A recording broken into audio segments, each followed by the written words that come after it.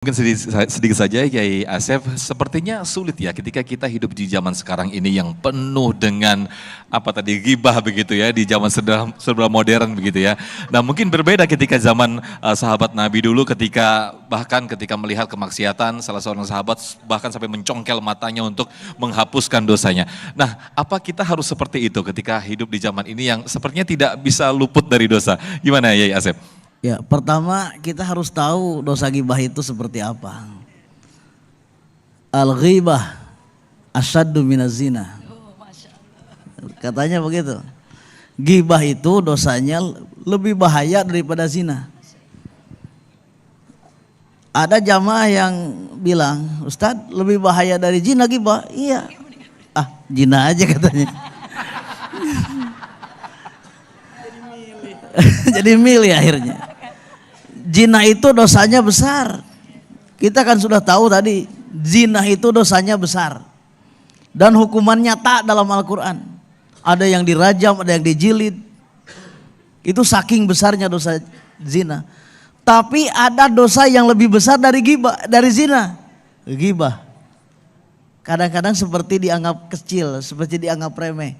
Kenapa dosa ghibah lebih besar daripada zina? Dosa zina itu kaitannya dengan Allah. Tapi dosa ghibah itu kaitannya dengan manusia. Allah tidak akan memaafkan orang tersebut selagi orang itu belum minta maaf kepada orang yang digibahinya. Mending kalau dekat. Ini coba kalau jauh. Dari Manado misalnya, ngegibahin orang Jakarta. Ongkosnya berapa? Ya. Jadi hati-hatilah kalau mau bicara itu hati-hati. Kemudian yang kedua ada hadis Imam An-Nasai mengatakan, kullu syai'in laisa min dzikrillah fahuwa la'ibun walahun. Segala sesuatu yang tidak ada zikirnya kepada Allah itu hanyalah main-main saja. Masya Allah.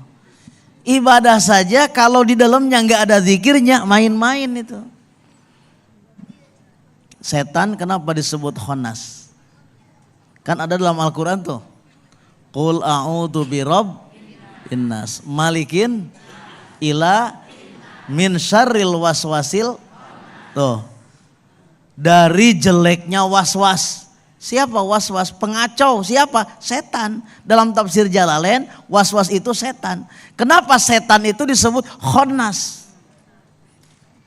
Li'annahu yahnusu wa yata'akharu anil qalbi lamma dzukirallah. Karena setan itu mundur. Jadi khannas itu mundur artinya.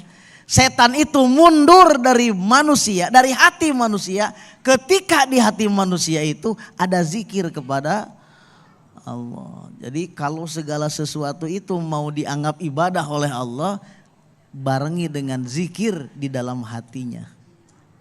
Nah, itu tadi dosa yang tidak kerasa itu.